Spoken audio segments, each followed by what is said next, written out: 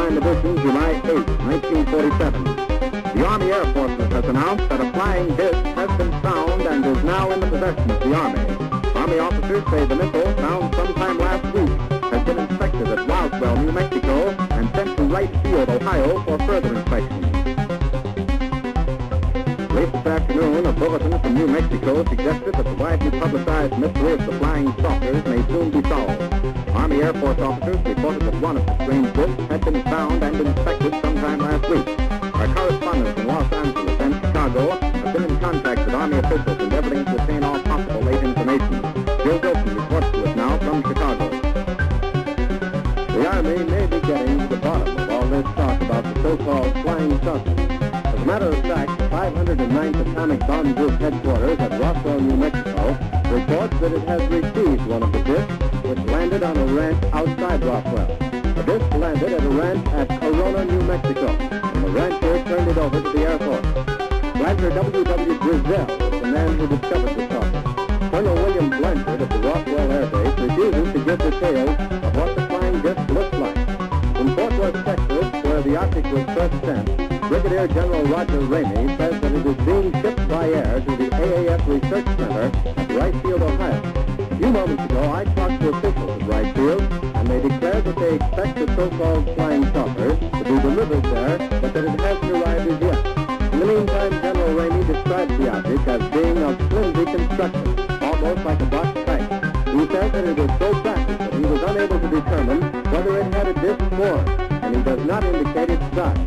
Ramey says that so far as can be determined, no one saw the object in the air, and he describes it as being made of some sort of tinfoil.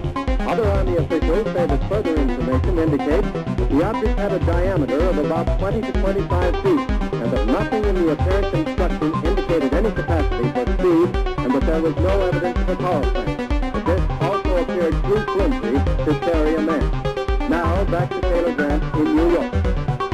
There was important activity within the UN Security Council today.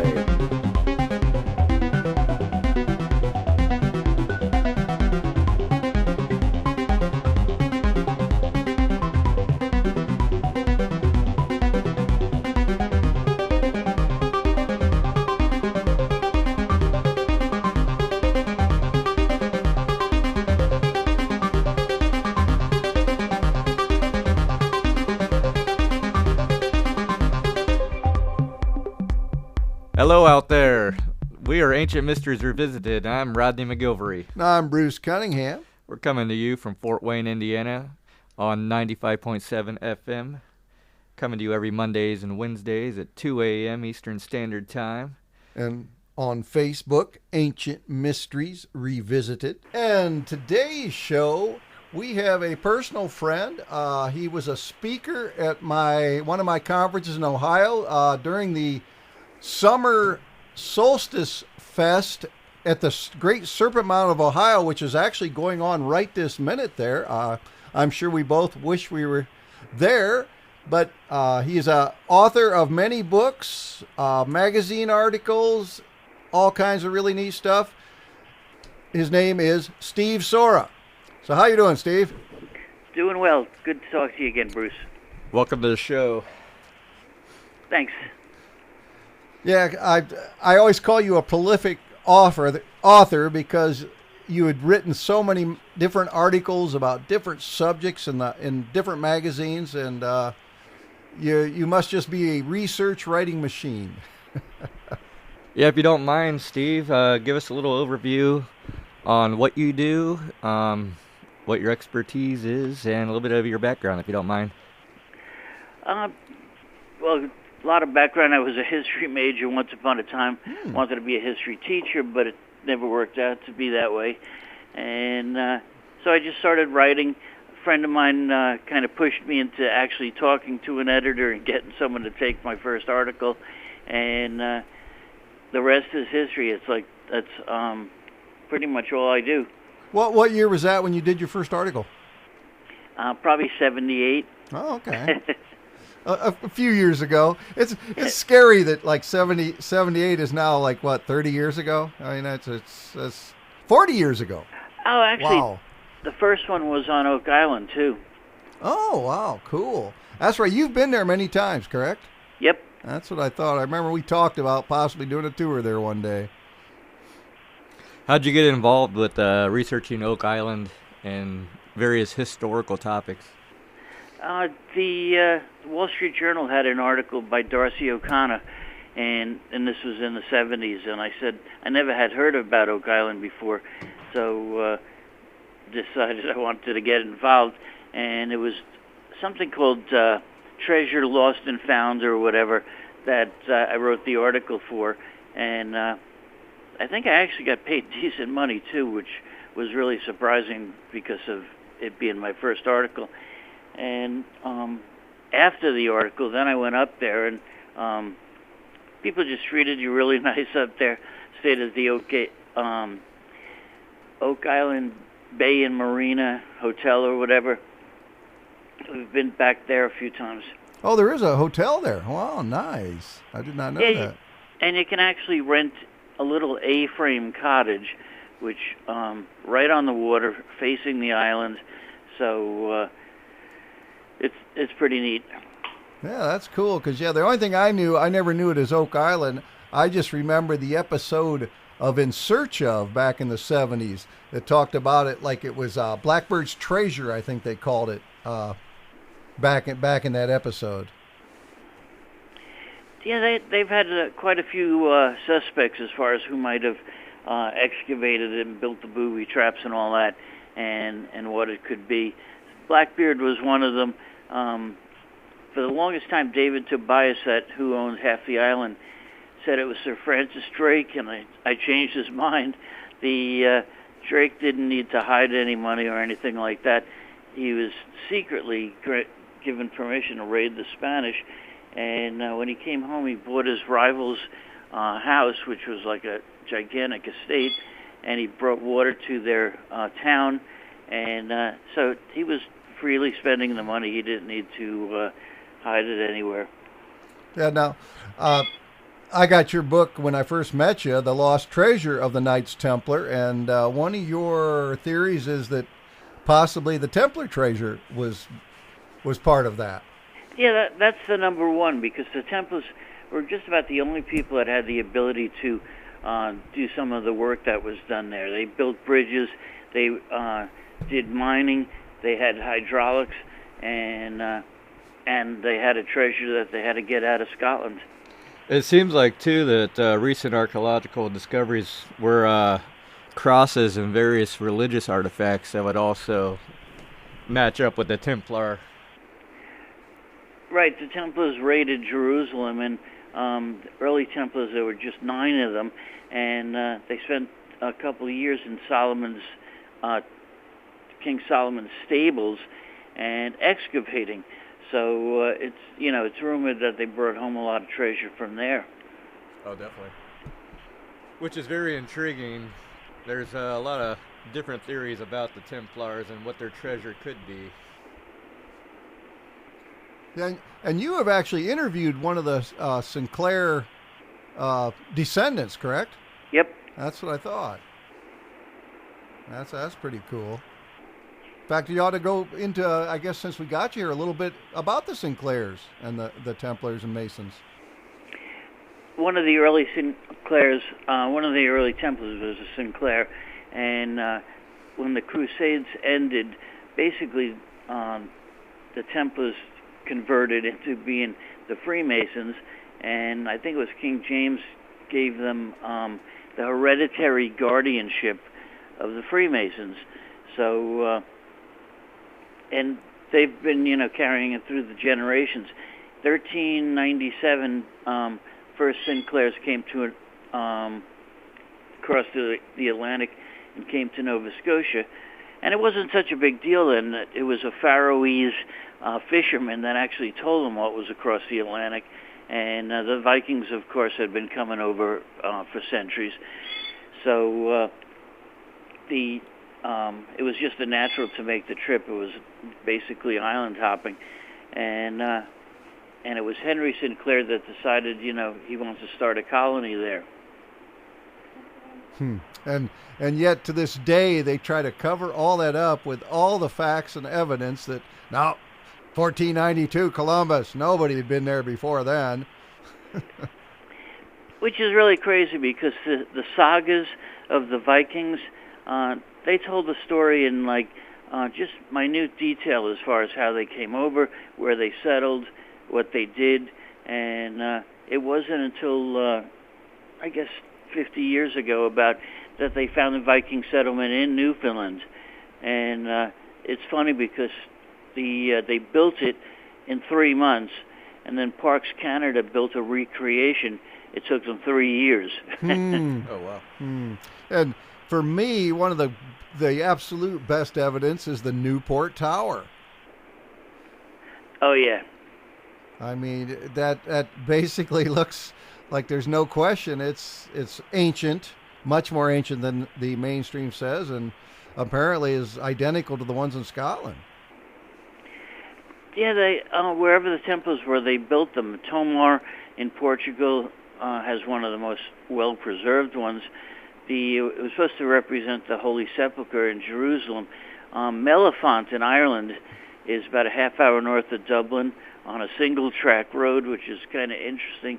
And you get there, and it looks like it's the Newport Tower with more of the top knocked off. Now, so how far did the Templars get inland to the Americas, and really what do you think happened to them?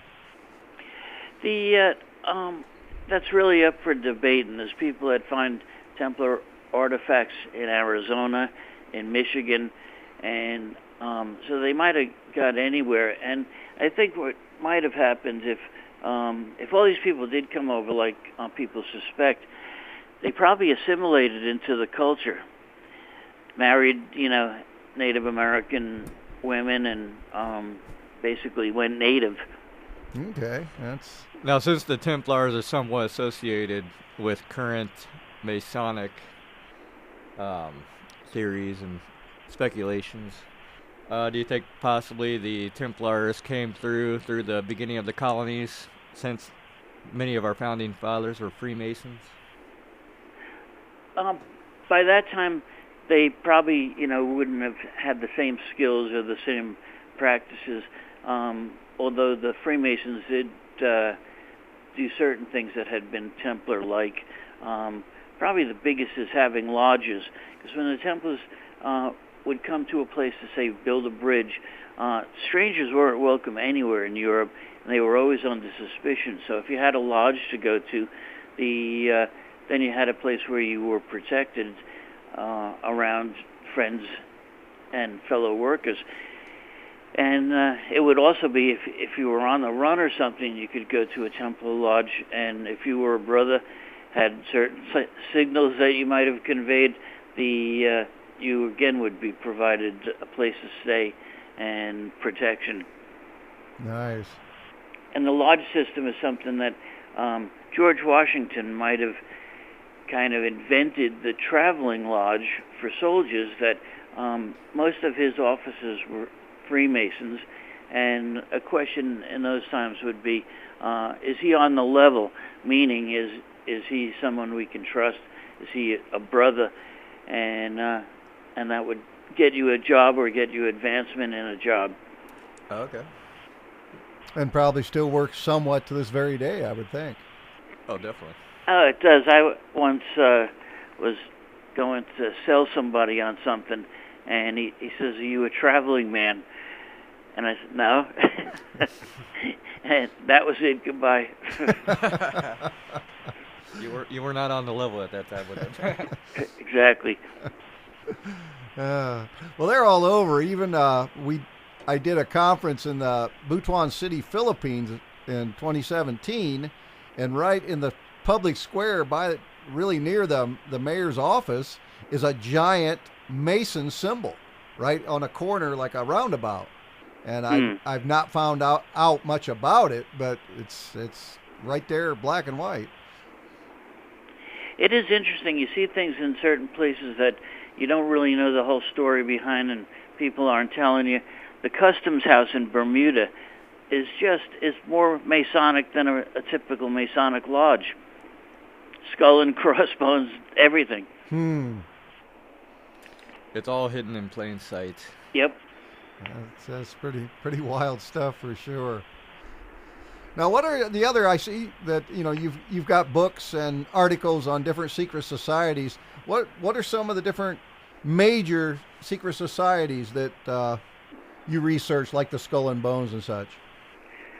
The one that I just finished the book on is on the Rosicrucians, and it was started by Francis Bacon and John Dee.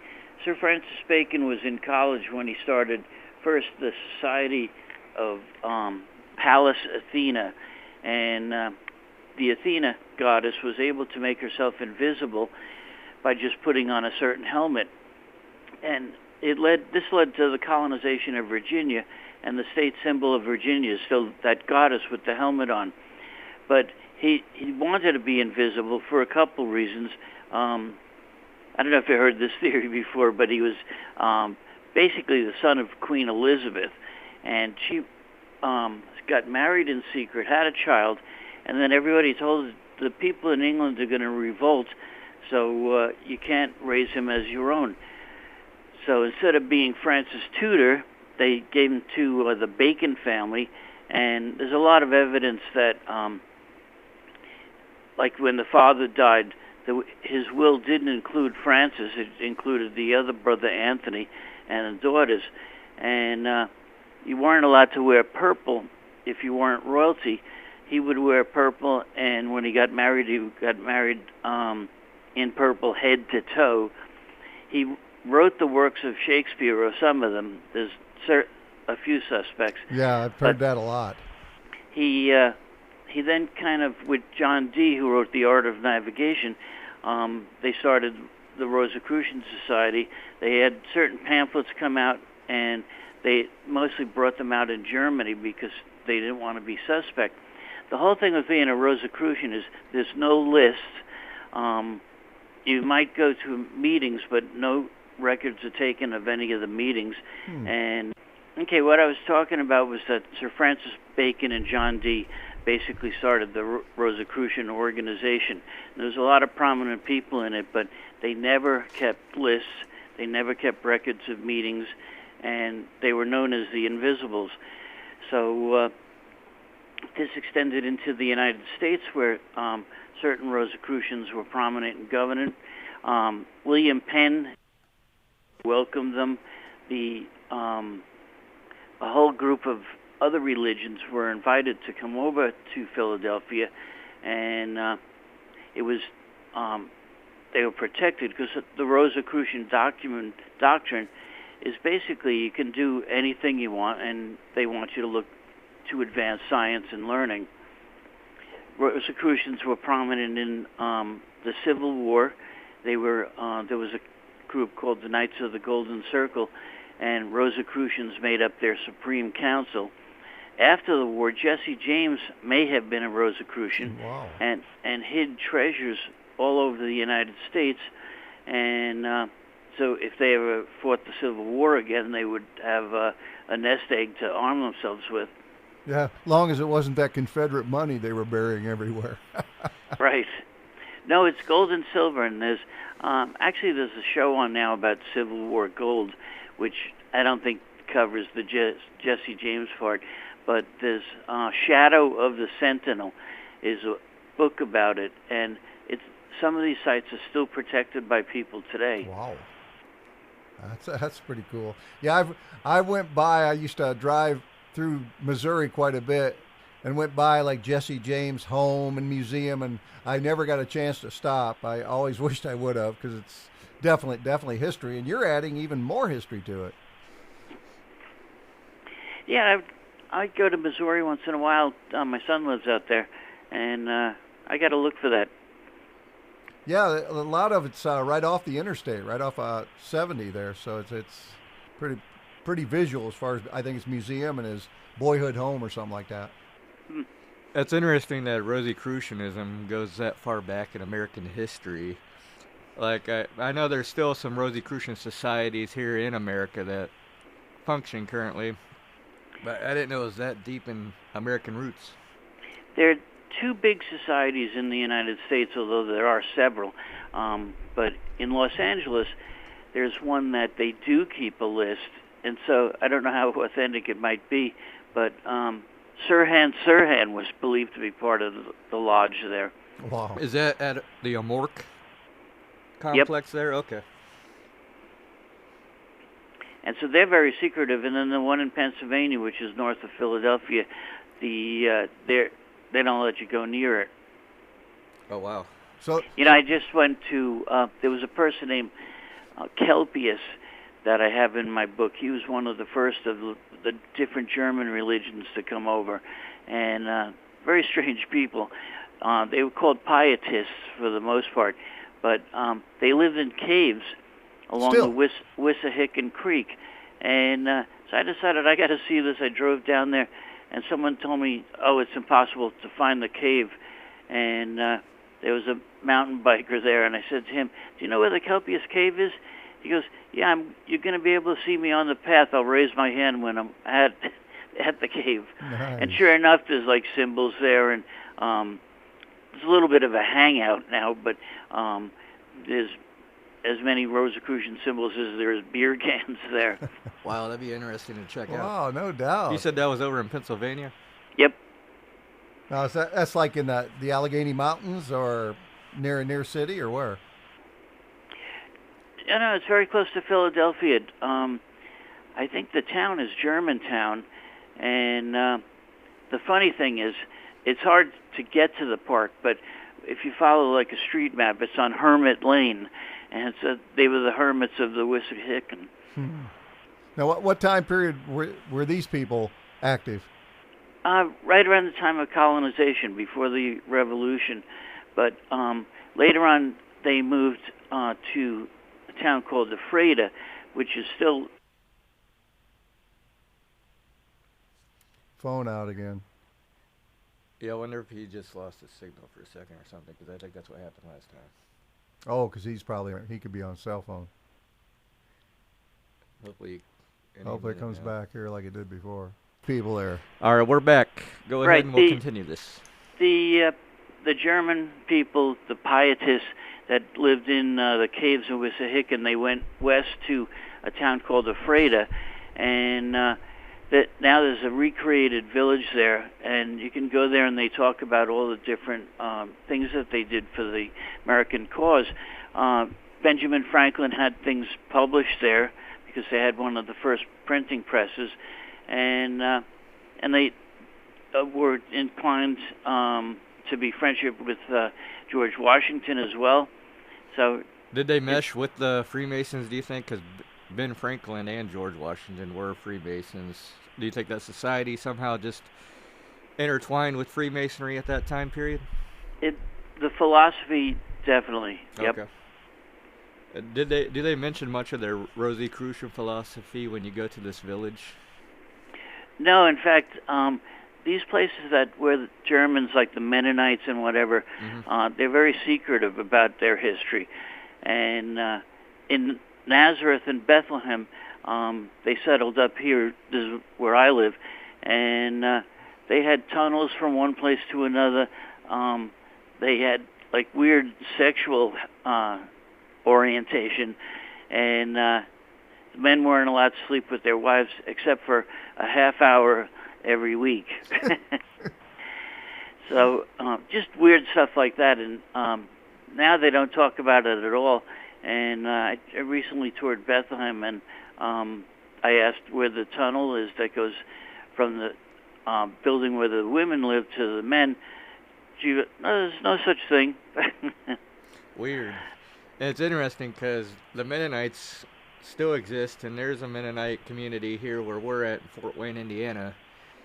I didn't even know they were related to the Rosicrucian philosophy at that time. Yeah, I thought they were like an offshoot of the Amish, but let's hear more about it, Steve. Yeah, that's very intriguing. Actually, they're related in the way that there was a handful of religions that, it was like the Catholic Church was kind of being revolted against even before Martin Luther, and so a lot of these different sects started, and they have different practices that they basically put into place that they made up.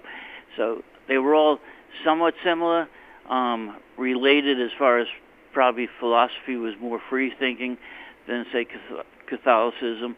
And strange things happened. There's one person that I met at some sort of meeting. He told me that there's his religion.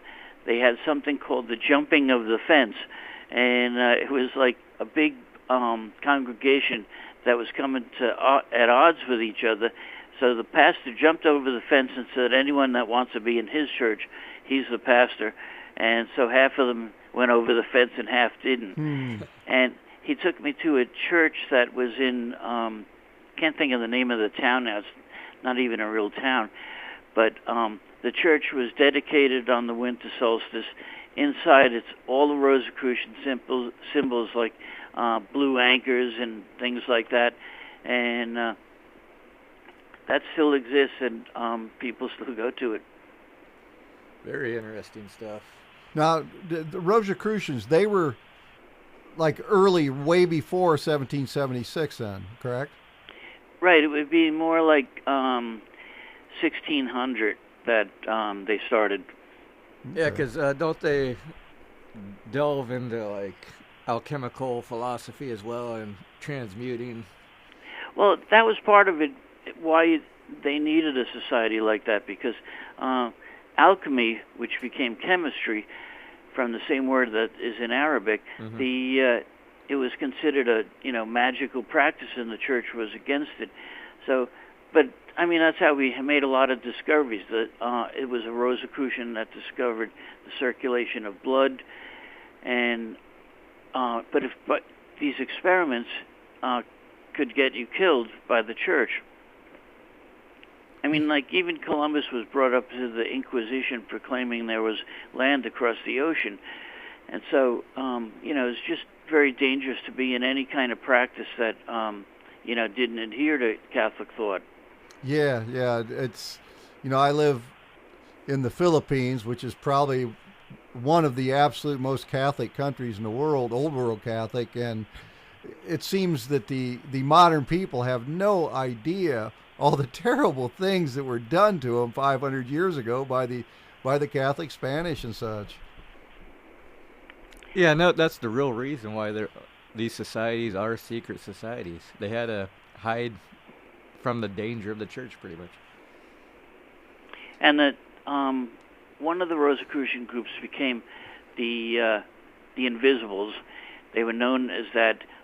They met in different people's estates, and later they became the Royal Society in the early 1600s. And all of a sudden, when England was firmly Protestant, they were allowed to, check out the sciences and study, differently than they were before. Okay, so they were allowed to go back to England and vice versa. Right, and the only one that wasn't accepted as like an early member of the Royal Society was John Dee. John Dee is like kind of like a Merlin-esque wizard, long beard and pointed hat, and he was known for some crazy stuff. In college, he levitated a giant scarab in a play, and no one knew how he did it. It was probably a trick in some way, but he had a magic mirror that would tell you your fortune. Queen Elizabeth went to him to decide on the date and time of her coronation, and but he also was he believed that he had an angel that was guiding him in magic and all, and so a lot of people thought, okay, he's too crazy to be part of our group. Yeah, he created his own angelic language, the Enochian language. Mr. John Dee did. Yep.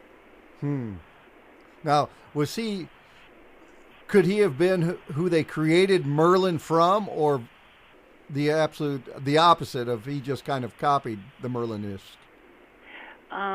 Merlin came much earlier, so I don't know. John Dee might have based his own personality on what Merlin was supposed to be. Yeah, okay, that makes sense.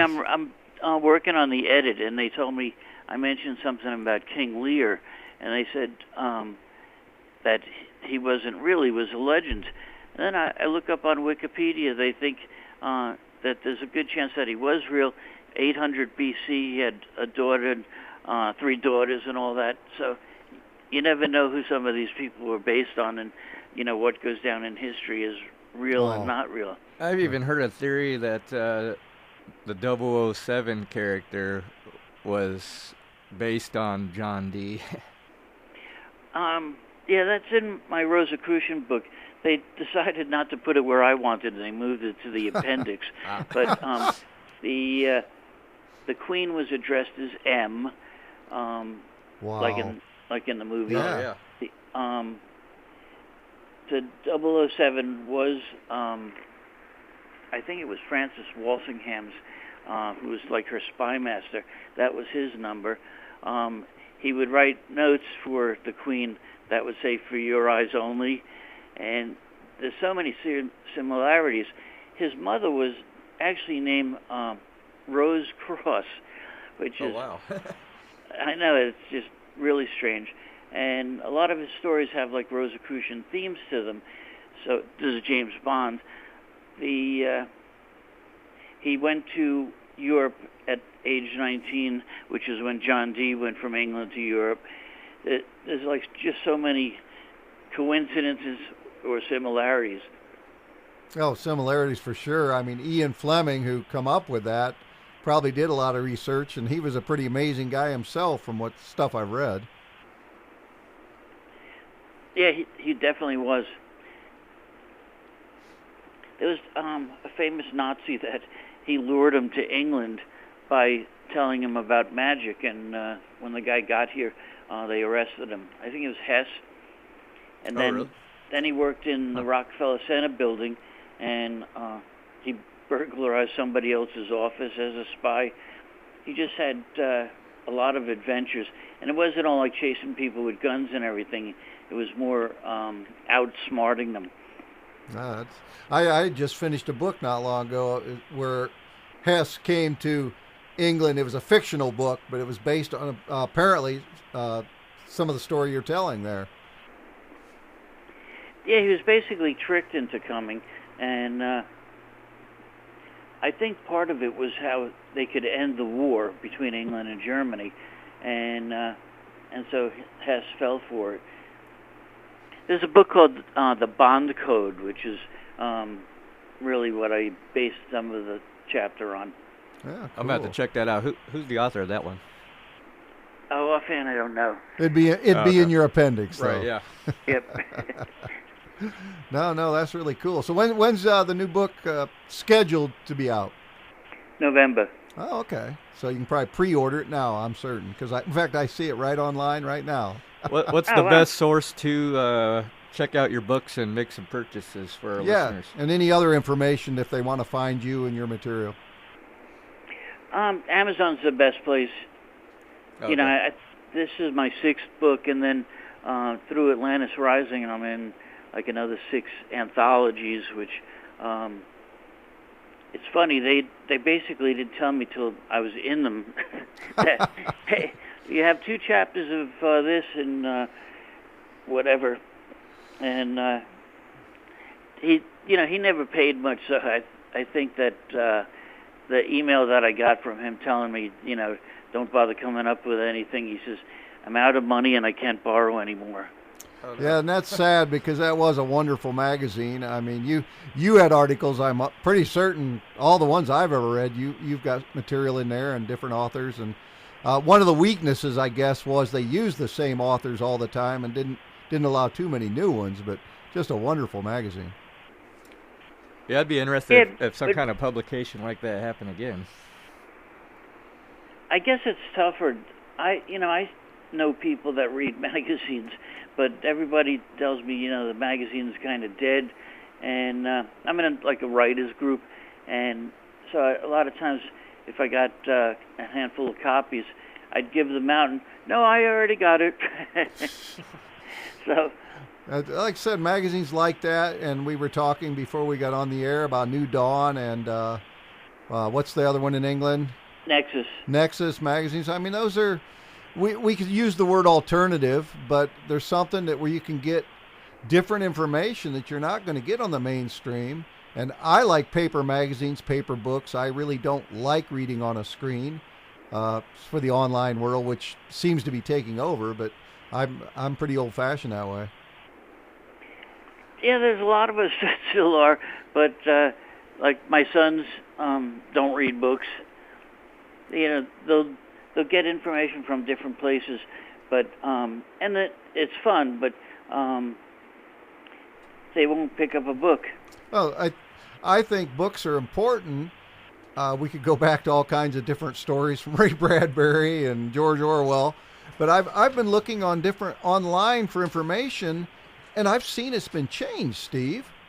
An example is absolute fact. You go back in books, magazines, we had 3 billion people first time in 1980. Yet if you go online right this minute, it says we had 5 billion in the 1950s. So by being all electronic, they can go in and change anything. They can change your books. They can change. It's quite frightening. It is, and now people are able to put, say, your face on somebody else's body, and it looks like you were in a movie or you were at a crime scene or whatever. Yeah, it's the electronic world is. I'm not a big fan. As you know, I live on a small island in the Philippines mostly, and my neighbors are actually Fred and Barney instead of George Jetson. So, for sure. So no, this is amazing stuff. And any more on the modern Rosicrucians?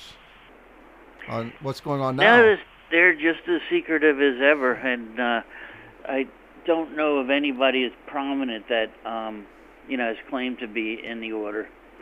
Okay. How about the Templars? Now I know we do have the Masons, but are there offshoot Templar groups still in existence?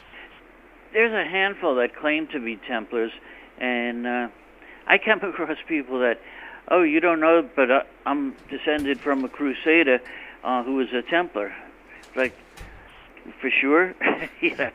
That would be a hard one to check because you're going back several hundred years. I know my brother had researched our family, and once he got into England and Europe, it became very difficult because of fires and different things that destroyed records.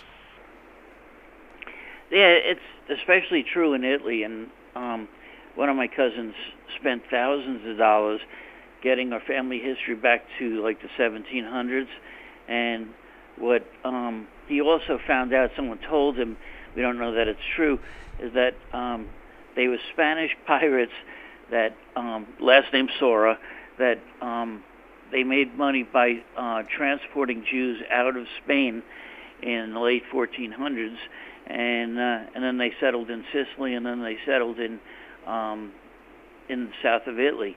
And the way his one piece of proof is that there's an accent at the end of the name on the A, and they have it in Spain. People named Sora have it one way. In southern Italy, people generally have it a different way, except for our family. Mm. Yeah, it's really cool stuff.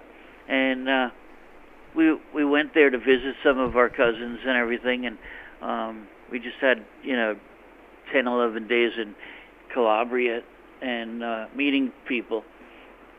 And I'm sure you probably took in some ancient sites while you were in the area. Yeah, we drove down from Naples, so we stopped at Pompeii, and there was another temple city to Neptune or something that we stopped at. Ah, nice. It was a great trip, yeah. Yeah, I'll bet. Yeah, that part of the world has definitely got a lot of neat stuff to it. And what was really amazing to me is we were in Naples, and there was an alley, and in the alley there was a restaurant. And I went in down the alley, and all of a sudden I'm smelling my grandfather's sauce that I hadn't smelled that sauce for, 30 years or so. But it's just like I'm home again. Wow, that's cool. That's how I'll feel because I'm here in the States for a few months. That's how I'll feel when I go back home. I'll get the smells of the Philippines and Southeast Asia again. their food's quite different from ours, but many are Chinese based, and that whole part of the world. And I'm sure Italy flows over into Greece and those other countries also. Yeah, that was one thing, and everybody told me how expensive it is to go to Italy. We didn't spend much money at all. We stayed at a place that was on the beach in Newport Tower, and $90 a night with a pool. They did our laundry for us. And I'd come down at 6 o'clock in the morning, and I'd have coffee Americano. That sounds like the perfect morning. Pretty much. Although, isn't Italy famous for Italian coffee shops? I think there's some in Cebu where I live. Oh yeah. Yeah. I think that's pretty much sure. Italy's famous for their coffee. Well, no matter how early you get up, there's like in Naples, the coffee bar there was outdoors, and it was like packed at like 6 o'clock in the morning. That's nice. Me and Rodney both like that part. Oh yeah, for sure. That's one of my goals, is to visit Italy and definitely enjoy some of their coffee shops. Yeah, that's pretty cool. And we ate at pizza places that were, they had everything, but they were known more for the pizza, and like $9 for dinner. It was just, we didn't have to spend a fortune. No, that sounds really very, very reasonable. Isn't Naples, isn't that the birthplace of pizza? Yeah, I guess so. I could be mistaken. Well, it's not Pizza Hut here in Indiana? I'm shocked. Yeah, I don't know much about where different foods got started. I think pasta got started in China. Doesn't surprise me. Yeah, geez. Look at what China's doing this very day with the economies of the world and stuff, with different manufacturing. Yeah, it's kind of scary. I don't think we're told what goes on, but the Chinese basically own the seaports in Naples. Oh wow! I heard they own some seaports in America, possibly too. Yeah. That's highly possible. Yeah, over in Southeast Asia, you see the same thing. Like Philippines, the Chinese Filipino own, are some of the richest people and major contributors to their economy for a long, long time. Who knows how far back, actually. Well, I guess we'll get you off the subject here. And one of my favorite books I've read of yours a couple times, The Triumph of the Sea Gods. Let's go into a little bit of that. That was disappointing because I enjoyed writing that book so much, and when it was over, I actually felt like I was getting depressed because I didn't have any more that I could do. And it never was a big seller or anything.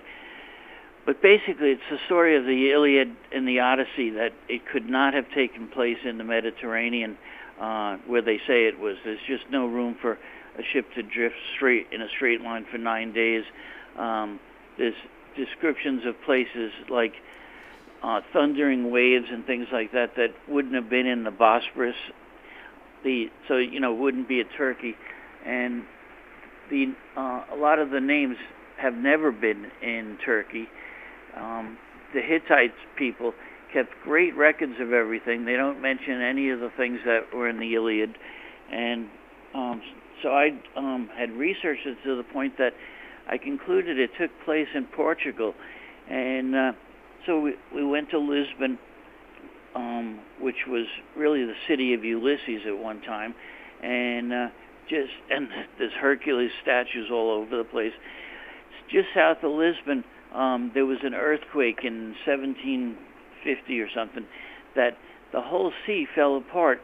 It was a big headland, and it just fell down to the sea. It actually killed people in Africa. That's how bad the earthquake was, and the subsequent tsunami. So, and it's like now they're finding on this beach, they said every once in a while a statue pops out of the sand. So I figured this was one where the Iliad really took place, identify different islands as being part of the story, and two, might have even served for the story of Atlantis. You know, a whole giant land disappearing overnight. Wow, that makes a lot of sense. I've read between your material and some other material where it could even gone, the Iliad story could even gone farther north towards the Great Britain area. Right, and Hades might have been Iceland. There's other places, place names in Scotland that would go to the story. And like as in Ulysses, is a name that is still prominent in places like Scotland and the Hebrides and all that. They have festivals, and it's just too much of a coincidence to not be at least partially true.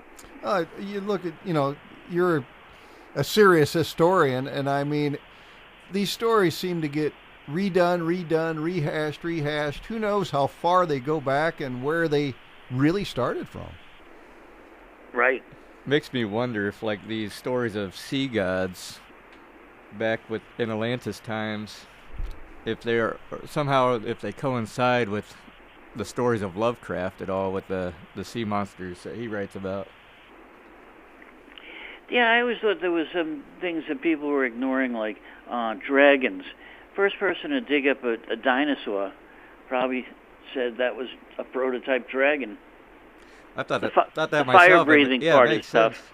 Yeah, I mean, the evidence we have today, finding footprints in fossilized dragon areas, it surely appears that the dinosaurs did live with man. It surely, the evidence sure points that way. Yeah, there was somebody, the Acambaro part of Peru. There was pictures of dinosaurs fighting men and stuff like that. And I mean, like stegosauruses and, not just a dragon head. Oh, the Ica stones. Yeah. Yeah.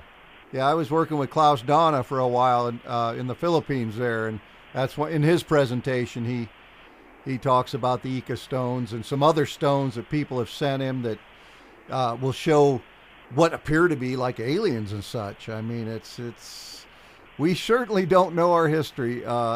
We're still looking for the truth with people like yourself doing the research out there. Yeah, and they discovered the coqueland fish, which is thought to be extinct for like 1 million years.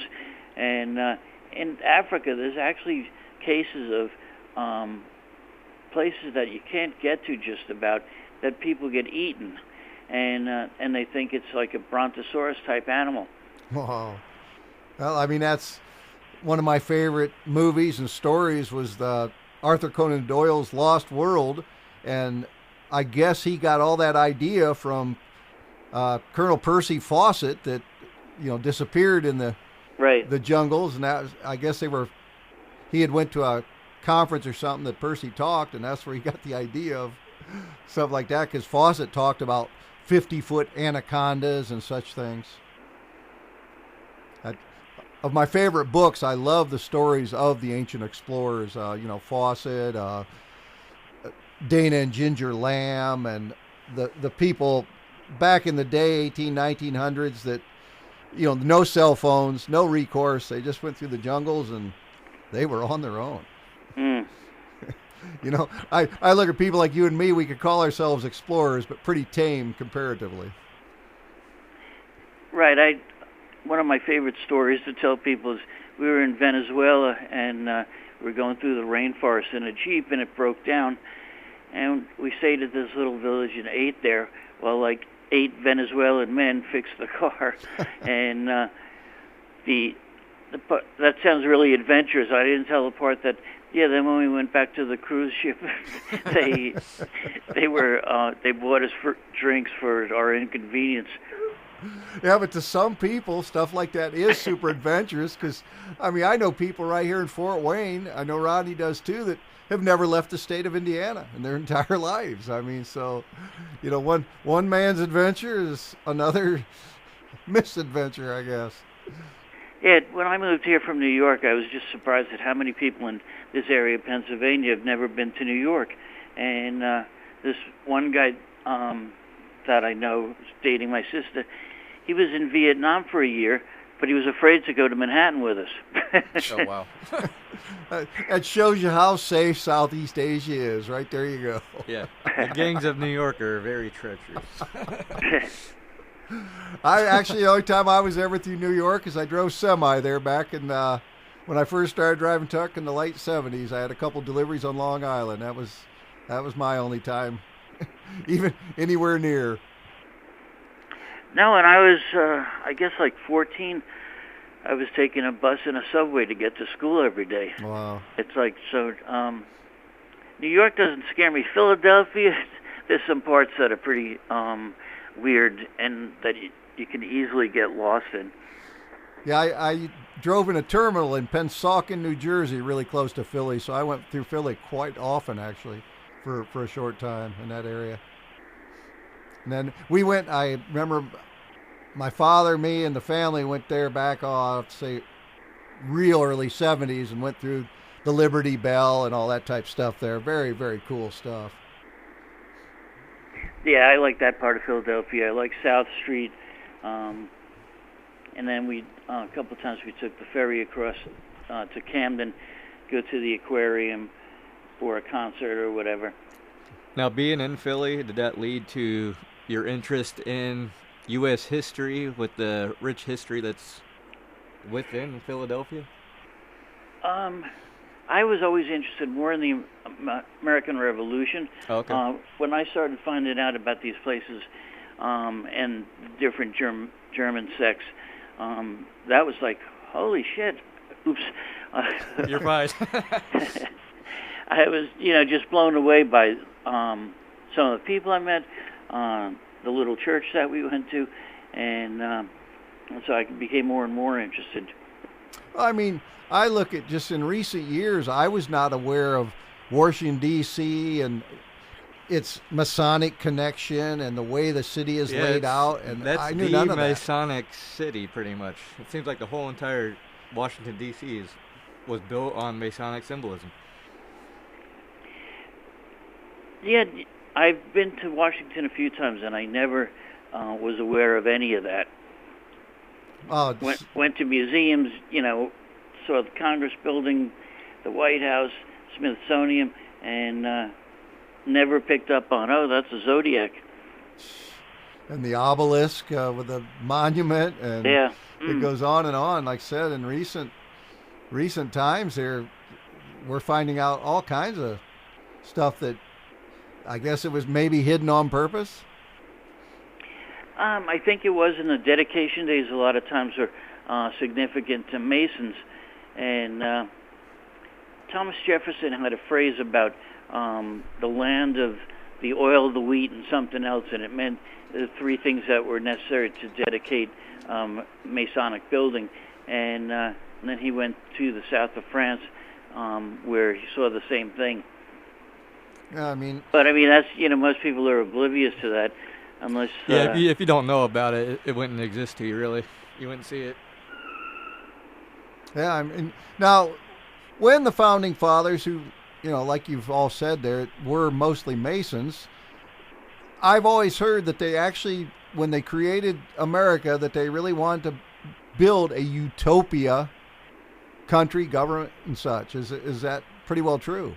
Well, that goes back to Sir Francis Bacon. He wrote a book called The New Atlantis, and it was across the ocean, and it was where people could freely speak and learn and this and that, and that's like the whole basis behind Rosicrucian thought. And there's a city called Bensalem right outside of Philadelphia that was like the son of Salem, the son of peace. And that was in his book as well. He just had a lot of names that came over here. And there's a lot of other places that also kind of founded themselves on Masonic grids, like the city of Detroit, and so a lot of the kind of in plain sight, but at the same time people weren't aware of it. Well, that's the idea of what you've been writing about in other books, secret societies.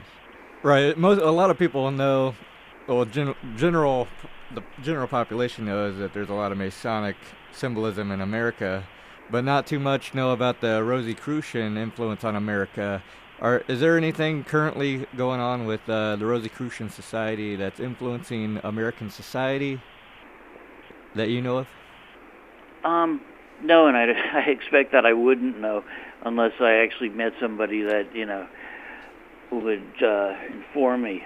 But I think they don't publish anything that, would let you know what is going on. So I guess what brings that question to mind is the Georgia Guidestones. Do you know about those at all? Yep. Well, let's hear more about the Georgia Guidestones, because we've heard so much about them in recent years, but know so little. Everything connected with them is like shrouded in mystery.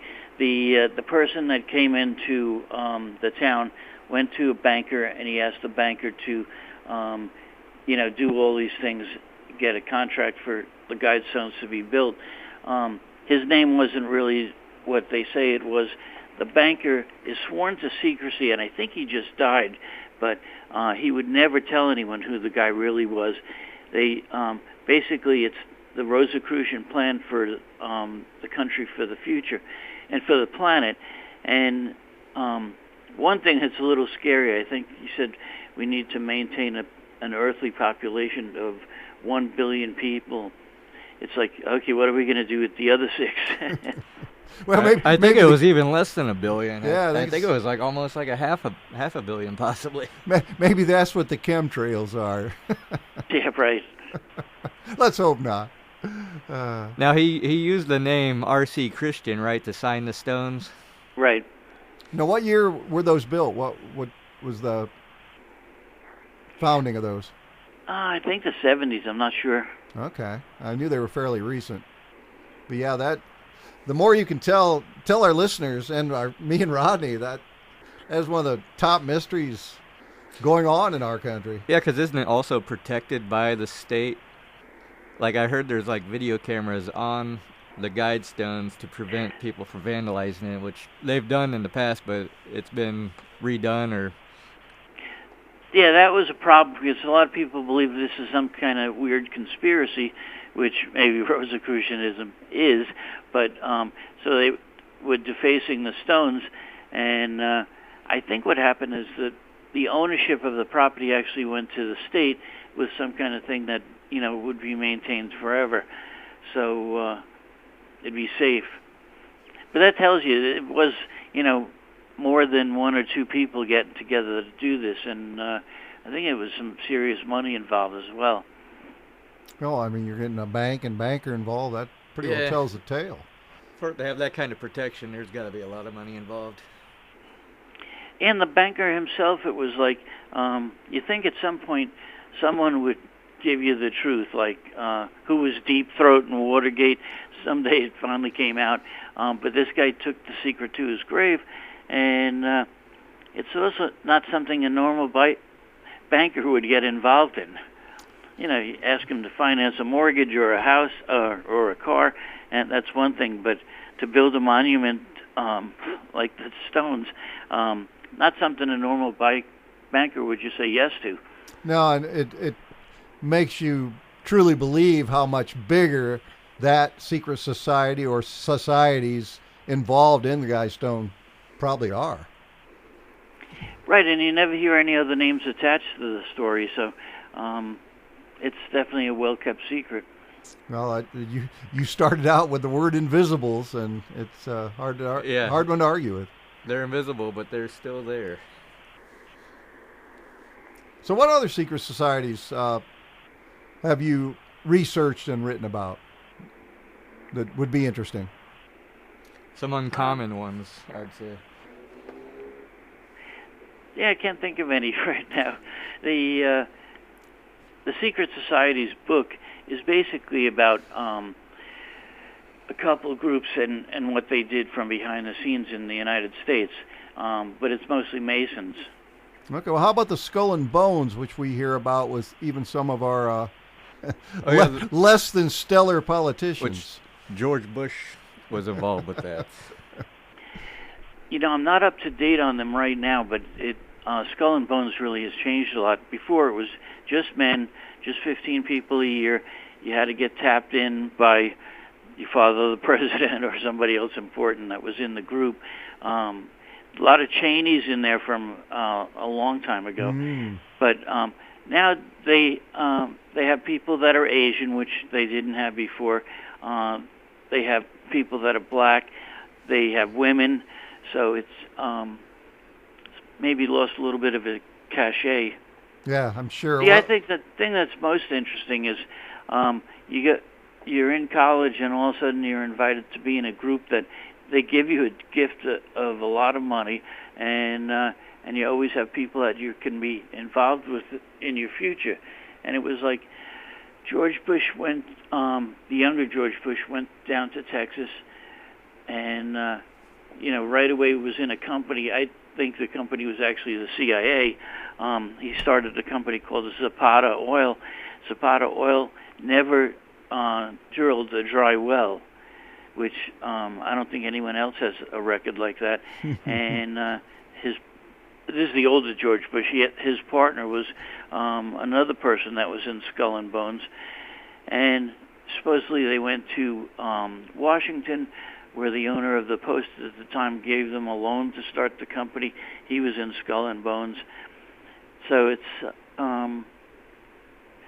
even though it's kind of out there now, more people have heard of it, a couple movies and all. It was something really important. Once you were in there, you were probably good forever. It sounds like. Now, would that have any ties to Prescott Bush, the grandfather?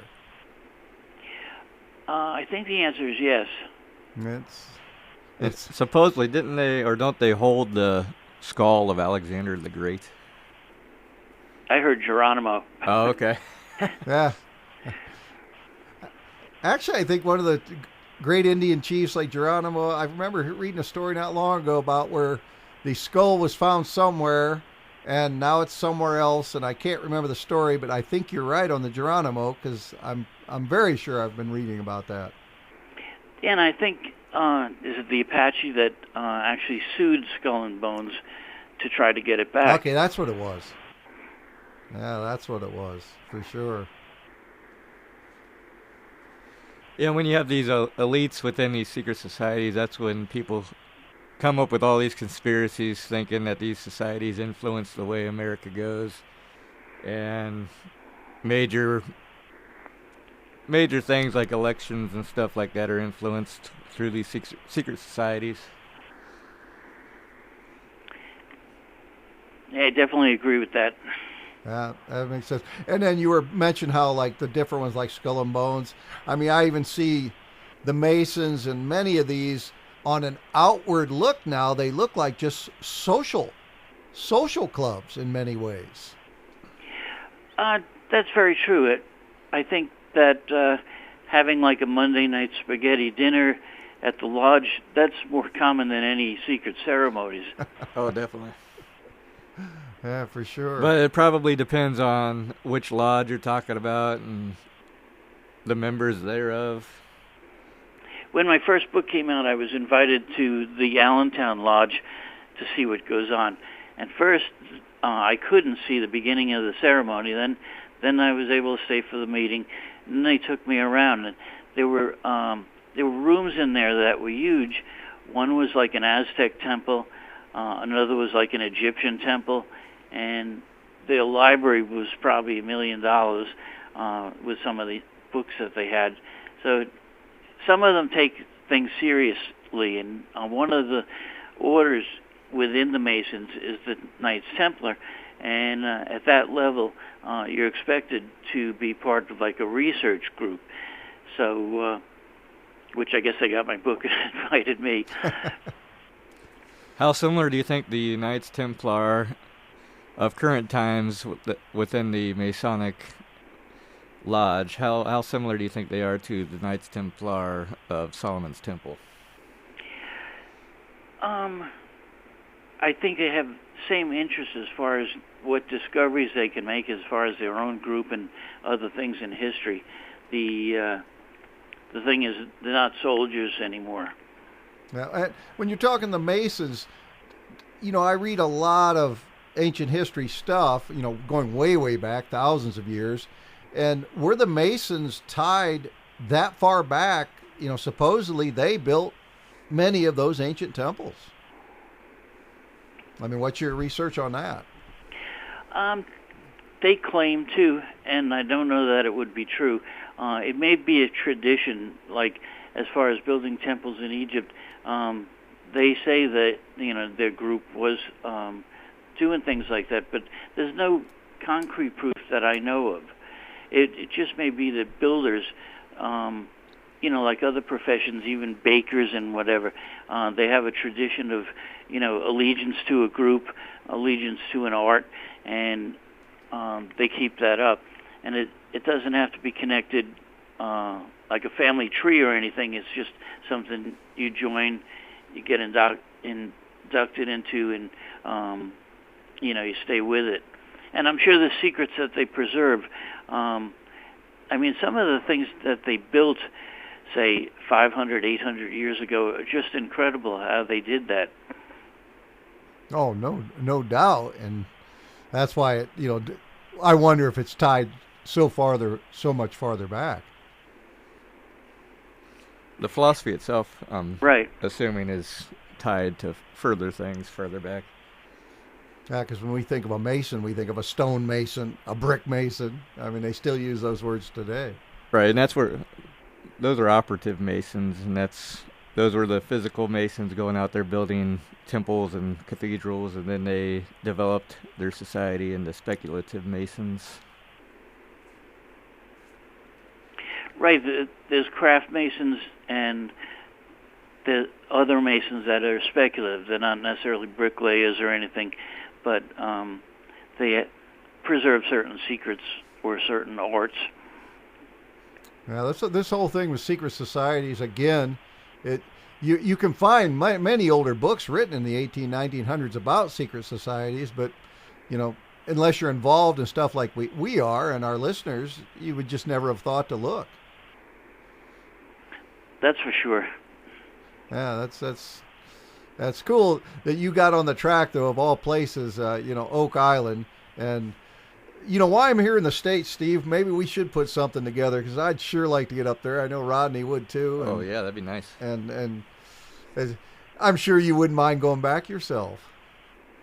No, I wouldn't. I've been looking for an excuse to go in, outside of just staying up there for a little while. The Curse of Oak Island show. I wrote to the Longini brothers. Never got back. Other people like Charles Barkhouse, who's on the show, he gave me a map that no one else had. Everybody else just seemed like they were much more open to talking to people. Ah, yeah, no, that would be an amazing trip for sure. Like I said, I had no idea they had a hotel and all that, so that really changes the whole scheme of possibilities for sure. Oh yeah, and right now I think Oak Island Days is like a festival that go on, and it's probably the hotel that's more packed than anywhere. I went up there like twice in 1 month, and just run into people that I'm in a Facebook group with on Oak Island or whatever. And now that is the 1 week of the year, I think, that they're taking people on tours through Oak Island. That'd be best. Anytime I go to places, it always seems to be the coolest when it's the off season and you and just a few are the only ones there. That's what I love. First time I ever went to the Great Serpent Mound, it was just me and my friend Roger Sugden, and we were the only ones there. And you truly, truly could feel the energy. There's other mounds that I've been to that they were actually closed, but I'm here. It's not going to stop me. Well, there was another time that I gave part of a talk in Oak Island, and the people then, it was crazy. At 1 o'clock in the morning, we had a judge, we had the retired sheriff from Halifax, a minister, and about 50 people crowded in a room drinking rum, and luckily I left before the police were called. And that's how crazy it was. Wow. Sounds like a great time. Yeah, sounds like a real good time. Hey, you had the ex-mayor and all. You should have been safe. Right. We, when I got up there, I pulled in the parking lot of the inn, and all of a sudden a car passes me, and I'm thinking, that's the guy that I'm friends with on Facebook. And Wow. all of a sudden he's backing up and I'm backing up, and so it's just a nice place. Most of the people are cool, and there's nice places to eat there. Lunenburg is a very cool town. Especially they have a sea ship museum.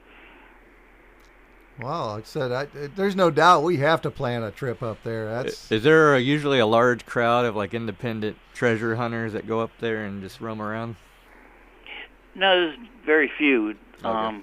There was some other people that did different things, but some of them got run out of town. There was a guy that he called me one Sunday night and told me that he's on like Plum Island or something, and later I found out that everybody didn't like this guy. They said he just tore apart the island. He made it into a hole. Wow. And I said, how big is the island? They said, when it's high tide, it's about as big as a dump truck. Oh my gosh. Oh my, no, like I said, that's something we'll have to talk about, and since I'm here in the States for a while, we need to definitely do that. That would just be awesome. I got a lot of friends up in Canada. I used to stay in St. Thomas near London, Ontario, back in '99 for about half a year or so. So one of my closest friends up Montreal area and stuff. I'd love to get back up there. Well, hey. Yeah, I wish it was closer for me. Sometimes I drive through New Brunswick. It's 14 hours. Other times I take the ferry from Bar Harbor and spend the overnight at a motel there, and then drive up from Yarmouth. But either way, it's a long trip. Yeah, the ferry sounds pretty cool, though. I living on an island like I do, I do enjoy boats and ferries and such, as long as there's none of those big, like, 5-meter waves or anything. Yeah, we had some bad weather a couple times. We had one that everybody was getting sick on, and this is on the Cat, which is a really fast boat, but the waves were terrible. I've been there, done that more times than I really want to talk about. Hey, I will switch gears for a while. When we were talking about the early Templars and Sinclair, what about the New England Stonehenge? Is that connected in any way? Not that I know of. I think there's too much disagreement over, who made that. Was it made as cattle pens, is what some people said, which I think is crazy. Colonials didn't build structures like that. And I think it's about 2,000 or 3,000 years old, meaning, it was probably built by Europeans before Christ. Okay. Yeah, that makes sense, because we have such ancient structures. There's a guy in southern Indiana that researches all these different walls that he's found right in Indiana, and there's stone walls, and who knows how far they go back, and they certainly don't seem to be just the Native Americans that were here a few hundred years ago. Yeah, I never saw something in the United States that was attributed to Native Americans outside of carvings in the West. Oh, although they claim, Native American groups claim everything, and they said that anything that's a stone structure in New England should be considered a place where Native Americans were, and it should be sacred. And it's like where they built the one casino in Connecticut, they paved over a stone thing to make a parking lot. So I don't get it, but well, it's when it works for you, then it's sacred. Exactly. Right. Now, Steve, you said you got a book coming out in November. What's your new book going to be about? About Rosicrucians from Bacon's time on, and I go off on a couple tangents, like who wrote Shakespeare and possible plot to kill Shakespeare, and some good stories in there. Oh, it sounds interesting. Yeah, for the listeners, I have read lots of Steve's articles and several of his books, and you will enjoy reading Steve's material because not only is the information good, you are just an excellent storyteller, my friend. Thanks. Yeah, we'll have to post some links up for your books you have available now on our Facebook page so our listeners can get a more in-depth look at what you got available. Okay, great. Well, I guess we're just about out of time.